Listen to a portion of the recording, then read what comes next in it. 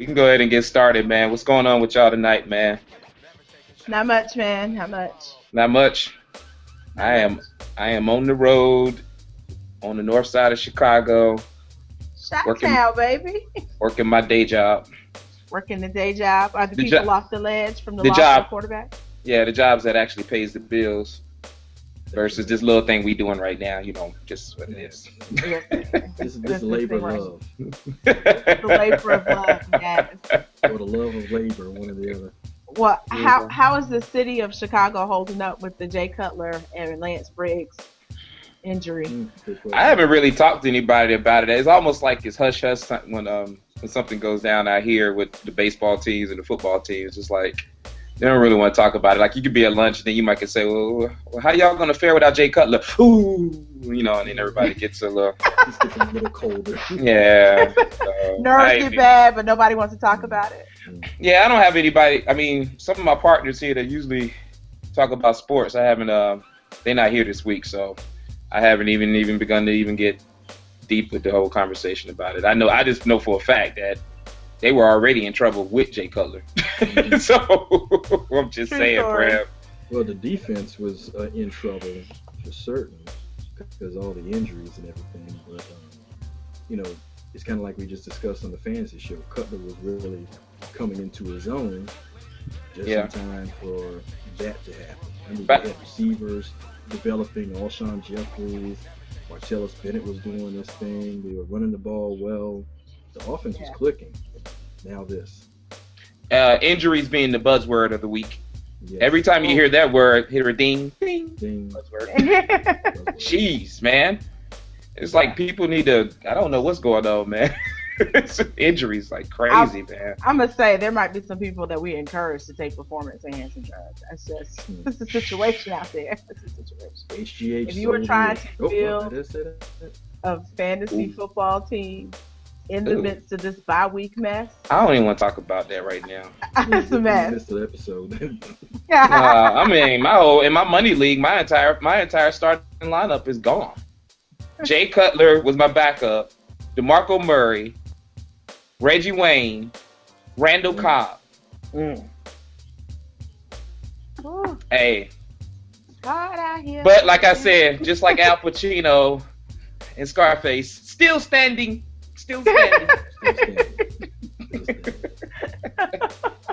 Oh man, what y'all want to get into first, man? Man, you hit a nail on the head with those injuries, though, man. This was brutal. Yeah, I've never really seen anything quite like. The last 2 weeks have been rough. Defensive players. Yeah. I mean, look at what happened to Brian Cushing. He's back, and he's going again. Last 2 weeks have been rough, man. I mean, Champ Bailey, he's back. He's gone again. Leon Hall, that's big. I mean. The Bengals are pretty good back there, but Leon Hall was a difference maker, man. Yeah, He's gone. I was like, dang. He was the rock of the secondary. And when we started to believe in Sam Bradford again. Oh, Sam. I didn't believe in him. He was starting the ball the last 2 weeks, and then what was he? 13 of 16 for 48 yards and 3 touchdowns. That was against who? 3 touchdowns. I bet you Josh Freeman. I bet you Josh Freeman would want them 3 touchdowns right now. Hey. Oh boy. Hey. That was a bad. Let's get into that, man. Let's get into that right now. Okay, let's do it. Josh Freeman. The Josh Freeman saga continues. Okay, I'm on Josh Freeman's side here. Go ahead. Go ahead, Lonice. I'm on Josh Freeman's side here. The coaches, and I'm not saying that the clown in Tampa Bay was right. I'm not going to sign off on that now. I'm going to give this some time because clearly, because he hasn't won anything without him. Yeah, right. He hasn't won anything without him. So, so he wasn't that right. Right. But they have him for a week in a new team, a new city, new offensive coordinator. Oh, by the way, a new system. So let's go ahead. You can go ahead. We're going to let you start because that'll be fine. No. Go ahead and play the clown that was playing before. Whichever one, Ponder or Castle, whichever clown you choose. Toss them out there for another week. Let Josh Freeman learn the system that he's in. You can't go, we're going to stick you out here And oh, by the way, there are no wide receivers for you to throw to, so Vincent you'll need Jackson to. is not walking through that door. It's not. So here's what we're gonna let you do. We're gonna let you hand off to Adrian Peterson and throw the ball to Adrian Peterson because we had just said last week that. Wait a minute. No, all the work. No, where was the handoff to Adrian Peterson? I think he only ran the ball like 12 times. No, he ran the ball more than that. They were putting 9 in the box on that dude. Oh, I thought it was like 4. I was about to say I saw about 13, 14 as I was glancing up at the TV like this doing work. So they were tossing 8 and 9 in the box. They were daring because the Giants were like, "Oh, this clown just started. He doesn't know anything about this system." So we're going to plug all the big guys in front of Adrian Peterson and dare Josh Freeman to beat me. And it didn't work. It didn't work. I never dare you. I saw that dude throwing the ball in the parking lot. I saw him throw it in the bathroom. I saw him throw it behind himself, like through the goalposts. I was like, where is he throwing this ball? I saw him throw it at the cows on the Chick-fil-A commercial. I saw the cows in the stand. He threw it to everybody but his receivers. And that's not true. A couple of times he threw it directly at his receivers, but they weren't the 8-foot receivers he thought they were. And like I said in one of our earlier shows, I don't want to talk about my boy Greg Jennings, but have you ever seen a drop off from an all-pro receiver? Woo! Greg Greg Jennings dropped like 6 passes last night. What I saw, because I did go to bed. I didn't expect him to go to Minnesota and be like, the second coming of Randy Moss or anything like that. But this dude can't get open, and then when he is open, he drops everything. Now I'm like, everything is a hot potato. Him and Mike Wallace been hanging out. That's what it is. Him and Mike Wallace been hanging out. I said it. Mike Wallace is getting open. Yeah, he did have some catches Wallace this week. Is open. He's just dropping the ball. Yeah. That game. Thing, to this day, I have no idea why he signed with me. Okay, you want to get back at Green Bay? You're mad at Green Bay? Look, man, go to the Bears then. They had a quarterback. Right. Somebody that could actually get you the ball. You went to Minnesota, and then you tell the lie. You went to Minnesota. He could have gone to Detroit. That's what I thought he was going to do with the whole thing. Man. I mean, if you're going to go somewhere where somebody's going to throw you go to Detroit, Chicago, if you wanted to get back at the Packers. You went to Minnesota. They went to Minnesota really? For the Christian Ponder experience. But the funny line I heard last night out of the Giants Minnesota game when they were picking the games and everybody was like tossing up the coin like Minnesota, the Giants. Chris Berman said by NFL law, Manning has to win every week, so I'm going with the Giants. I was like, that is hilarious. I was like, that is hilarious. Is it a law? Oh my goodness. He said by an unseen law in the NFL books, Manning has to win every week. That's good stuff. Good material. Oh man, he didn't win this week.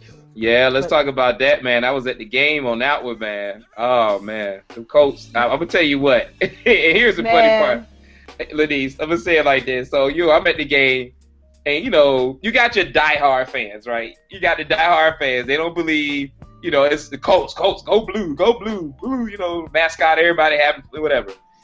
I'm looking at the game, and I'm sitting there thinking to myself, how many people really in this stadium believe that the Colts are gonna pull this off? And so I'm like, okay, I'm not saying anything. I mean, I'm a Reggie Wayne fan. We'll talk about him in a second. And then I say I'm gonna go Colts. I've been there. And after that first quarter of the game, when Peyton went down on like 3 plays and scored, everybody in the stands kind of looked at each other like, should we keep cheering? Should we keep cheering? Because it looks like it looks pretty bad now. Like everybody was saying like, go Colts. But they pulled it off, man. They pulled it off. I mean, they pulled it off. They dressed 10 defensive backs, and how many of them dudes were carted off? Yeah. Oh, man. And look, they won the battle, but they might have lost the war. They might have lost the war. I'm gonna get just from a football acumen perspective. dude, they lined up and they may have found a way to neutralize the Broncos, but I don't think every team can do what they did. They lined up Prev man to man with 2 safeties deep and said, "Beat me." They pushed them. They pushed them receivers around, man. Yes, they did. Because think about it. Even the catches that the receivers were making were challenge catches. I mean, Decker and them guys, and Welker, he making catches over his head with a dude all over him. I was watching the game like they are beating these receivers up, man. They are. Beat them down. They are. So I don't know if every team can do that, though. Actually, kind of funny because while I was watching that game and watching how the Colts were playing the receivers, I was thinking, funny, this is what the Patriots used to do to the Colts back in the day. Man up. before they instituted what we would like to call the Colts rule, with don't touch the receivers after 5 yards off the line. Man, they were manning up on them, man. They were manning up and they were touching them, and they don't like to be touched. So it was interesting, but I have to say I was disappointed because after Irsay's comments in the week, I wanted Peyton Manning to hang 60 on them dudes. But you can't hang 60 if your defense can't stop the other team. Right. I mean, you know what I'm saying? The defense. 60, but even if he didn't hang 60 on them, I still wanted him. Well, he almost hung 60 on Dallas, and then their defense still didn't stop anybody. Yeah, you're right. I mean, I'm with you on that. I still wanted him I wanted him to win because I just felt like the owner was completely out of line. He was, and I'm again disrespectful to him and Tony Dungy. Hey, Prev, real quick. And not only did he do, like, they blew up, the whole thing with Peyton Manning, but they had Jeff Saturday at the game. They had Edgerrin James at the game. They had Marvin Harrison, and they did kind of this in the box. And they did kind of this I got to the game about 30 minutes before the game broadcast started, and they would do it all types of stuff. I'm like, so you wait to this game to bring all of them? I ain't seen Marvin Harrison in 3 years. I mean, nobody has. He's been in the witness protection program. That's what I'm saying. I was like, I forgot what the dude looked like. Right. Anyway, but that Reggie Wayne injury. Okay, first of all, football acumen again. I'm watching the game. I see the play action. I see, me. I'm a fantasy guy, Reggie Wayne, trying to win. I watch Reggie Wayne sneak through the crowd, come out on the other side of the line, wide open. The only person that could have tackled him was the mascot, and Andrew Luck threw the ball to his shoestrings. I saw that man bend over, go down, and I literally turned around and I looked, and it was like, Pete, you okay? I thought a tear was coming out my eye, man. I was like, he's hurt. He done. He's done. Cats was on the knees praying. I was like, cats don't jump on the knees and start praying unless they know something to a certain point. It's like, it's pretty bad, man. And it was like, oh, it's a sprained knee. I was like, sprained? I said, that man's walking to the locker room. If it was a sprained knee, he'd still be on the bench. Hey, sprained. Look, you know what? When do we actually see real sprained knees anymore? When was the last time you saw a sprained knee? That's just the first thing they tell you. They think it's a sprained knee. The next day, it's an ACL. It's an MCL. Right.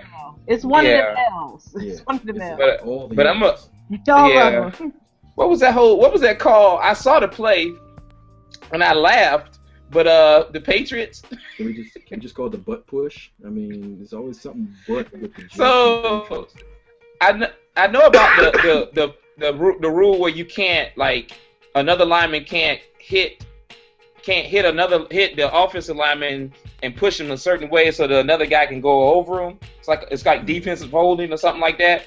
But the whole pushing, you can't push anybody in the back. No, it's a new rule. You can't push and ride. Safety, right? It's supposed to like the safety reasons, right? You can't jump up on them to try to deflect. You can't jump up on them. You can't climb. You can't climb. Right. But this is a new rule they just put into place.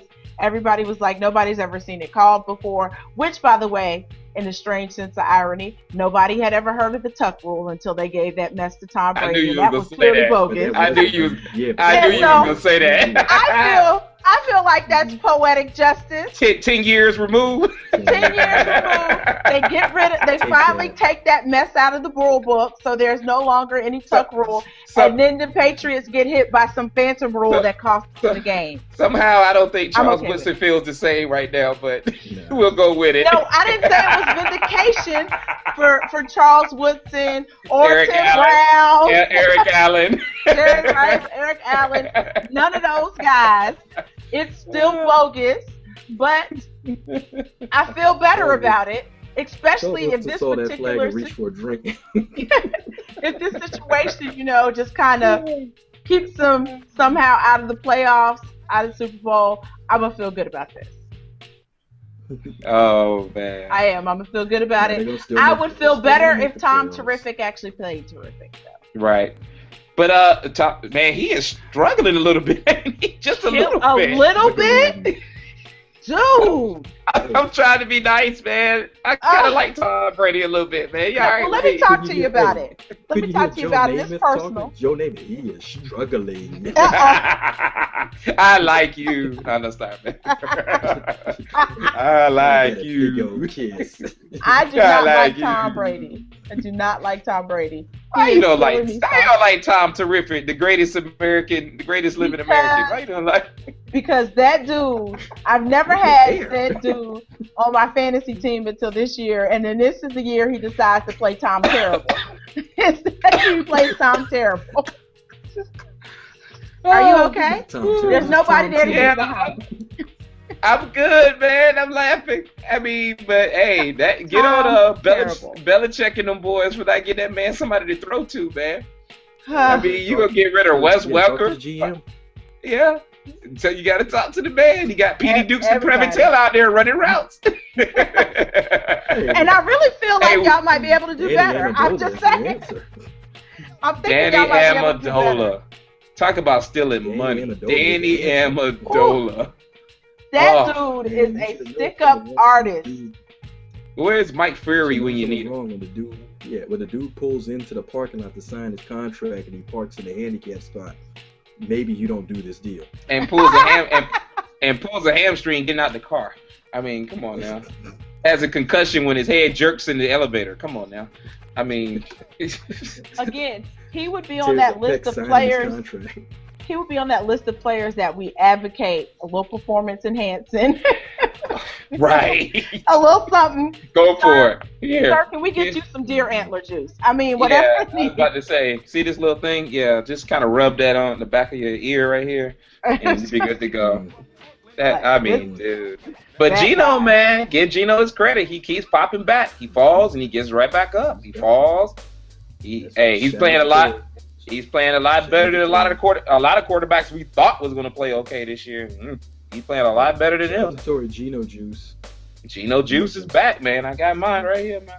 Oh, Lord. Not the Geno Juice. It's not Geno Juice. I'm just kidding. I'm not Geno. Although I'm really thinking about picking him up in our money league right now because I need a quarterback. Shoot.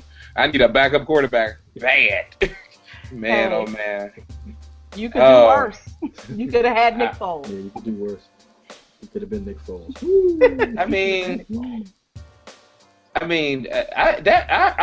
They said that they had like 13 or 15 punts in the first 15 possessions. 13 punts in the first 15 possessions.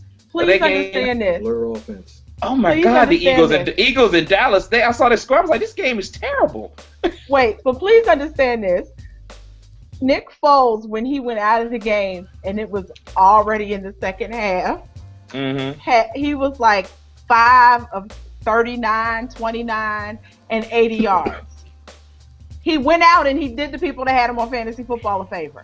I mean, he was going to be trucking in the negative any minute now. No, I mean, he was awful. He was awful. Yeah, I mean, but Dallas, it didn't seem like that. It's like Dallas was lighting it up, and then I was about to say Matt Barkley. I'll let you take that one. Oh my goodness! But I would like to state for the record, let the record show. How many picks he? Let the record show that I said by week 8 we will be on our 3rd string quarterback. Oh Lord, you did say that. Please note. Please note I kind of had more faith than that, but Vic could be back next week. It's not. Okay. Look, let's just call it with. Hold up, time out. Chip Kelly is not running that system in New Eagles right now. He's not. That system is a lot different with Nick Foles, and obviously Matt Barkley doesn't know either system right now. So, golly. How do you get in the game and have like 2 minutes and 4 interceptions? How does that even work? How does that even work? How do you get the ball back that fast and throw another interception? You know what? He should go to the Josh Freeman school of throwing to say, hey, if you can't throw it to your man, throw it far above him. I would take that. But I mean, dude, because understand this. You were throwing 4 interceptions, and I get it. As a third string, you don't really get any reps with the starting squad on the regular. I get that. But understand this. You were still playing the quarterback position. It doesn't change. You got on the green jersey. Throw to those guys. Those guys. Apparently not the ones in the blue and white. I don't know what it changed to, but I saw that stat line. I said, wow. How did he do that? I was like, when did he get? I was like, how did he do that? Quick. Awful. He just came in. Because at one point I said, is he just handing them off to the Cowboys? I didn't even see the game, but I was like, 4 interception. Clearly, he must have just turned around and been like, here, you take it. Oh, man. I don't 3. It was a lot. It was a lot in a little bit of time. It was a lot in a little bit of time, man. It was a lot. Oh, man. Terrible. Well, this is a good week for terrible. It really is. Terrible and injuries was the key words. Well, speaking of terrible, Clemson, Florida State, and Clemson. Go Noles, baby! Go Noles, baby! Go Noles! Go Noles! Took us right back to 1990. What was it? 1997, 95, 94. I am. Look, as good as Florida State is right now. I'm about to say, as good as Florida State is, I am getting so excited. I mean, let's be real, Lonice. When the last time we've been excited for a Miami Florida State matchup? Ooh, it's been a long time. I mean, hey, at this rate, if y'all beat us, I'll take it if that's our only loss. Because I know we struggled this week, but yeah, Florida State look good, man. They look like some old Chris Winkie, Travis Minor, Lavernius Coles, Peter Warwick stuff going on. John Akowski kicking 70-yard field goals on the roof. And I have to be honest. That was impressive. That was impressive. I was nervous because I do love the freshman quarterback. I love him. Normally, freshmen, rookies, whatever, eventually they have those games where it gets too big for them and they play like the freshman or the rookie that they are. Yeah. I was thinking that the Clemson game was going to be, if there was a chance, that was going to be that game. But that dude played out of his mind. At one point, I was going, you sure he's not the senior?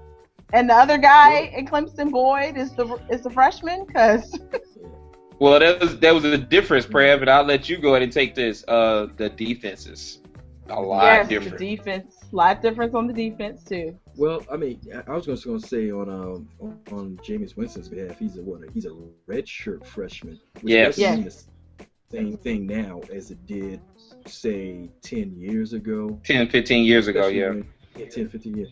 I mean, keep in mind, he's a redshirt freshman, which also means more than likely with a lot of these other top, blue chip 5-star, all U conference, Under Armour, USA, 798. The guy graduated from high school in December, enrolled in Florida State in January. So essentially, he's already been there a year and a half. He knows what he's doing. He's been there. He knows as much as his coaches know at this point. They just had to get him out on the field. He just happens to be. Yeah, he just had to get some reps in and get the football speed in this play. Yeah. Right. Yeah. So I mean, he looks good out there. He knows. Well, and like I said, you watch the game. I mean, the obvious difference. In the game was the I mean, think about it. They said it that other night. Florida State had 11 people get drafted last year. Yep. And more than half of them was on the defense. The defense is still Florida State. It was always inconsistent here with offense. They may show up, Now they got an offense, a consistent offense that will take advantage of any mistake you make. That's really what it was. Every time somebody actually was open, he hit them. You know what I'm saying? Hit him spot on. And the one thing, regardless, it don't matter even when the teams are bad. You know, Miami, Florida State, even Florida for that matter. You keep speed. Speed is always on that team.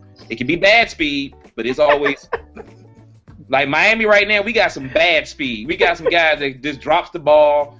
I got to figure out what happened to my running back. Duke Johnson got hurt. I'm like, everything lined up for Miami to lose their game against Carolina. Everything. The elements, the hype, people getting hurt. Stephen Morris playing like he was a freshman again.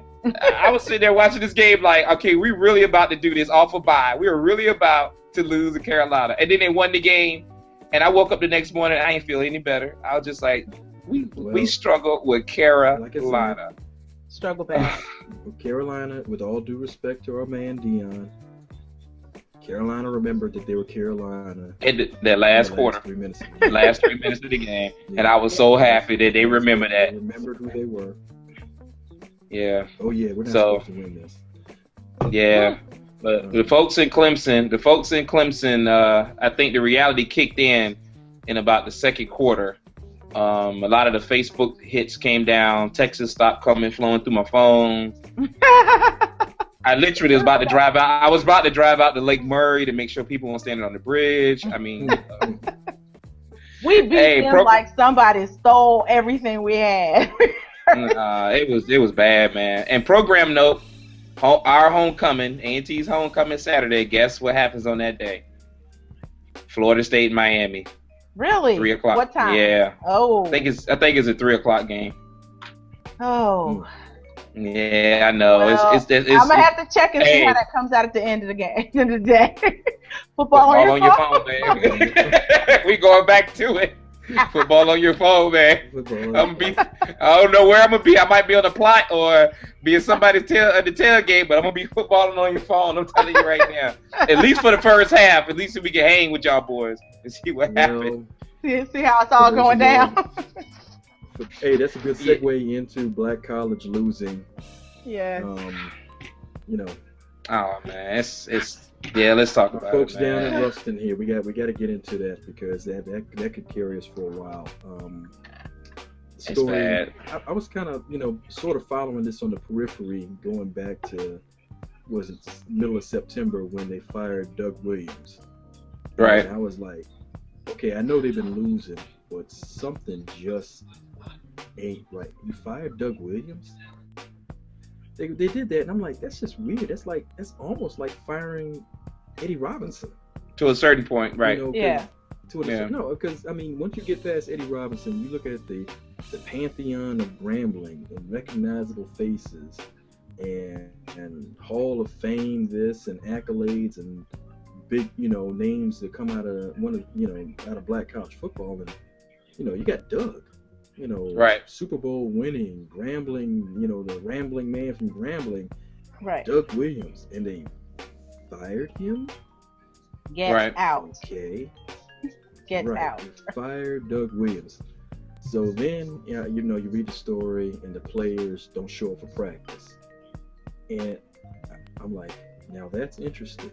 They didn't show up for practice. Mm-hmm. And then the story came the next day that they walked out of the meeting, mm-hmm. and the interim coach was fired. And I'm like, wait a minute. Here we go. Really crazy is happening in Louisiana. We ain't seen anything quite like this before.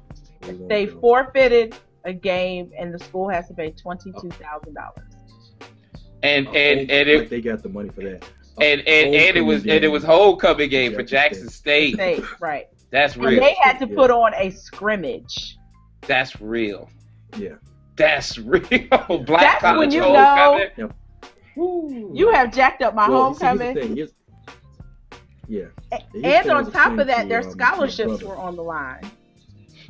I was explaining to my brother, I was like, you gotta understand, I ain't even been to Jackson, Mississippi.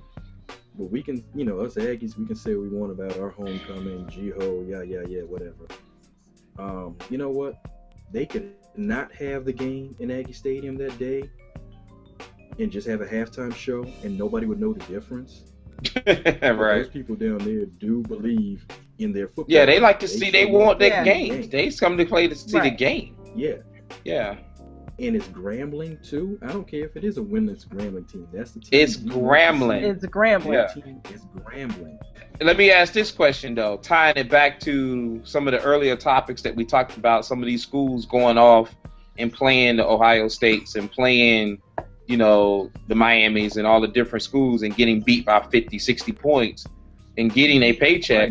I mean, yeah, I was about to say this is kind of full circle. You know, you know, all of it is about state funding being cut, and then and then you look up and the teams that are at the bottom of that pile or at the bottom of that totem pole, like a Grambling State, you wind up with, I mean, maybe not anybody anticipating a situation like this, because this is something that probably has happened on a smaller scale, but the whole team was in on this one, not a group of people on the team or some seniors or whatever the case. The whole team. I'm like, that's why they go get these paychecks, man. They got to stay afloat. They got to keep these programs afloat. But here's the thing with the paycheck games. Part of that is all of the money from the paycheck games doesn't go to athletics.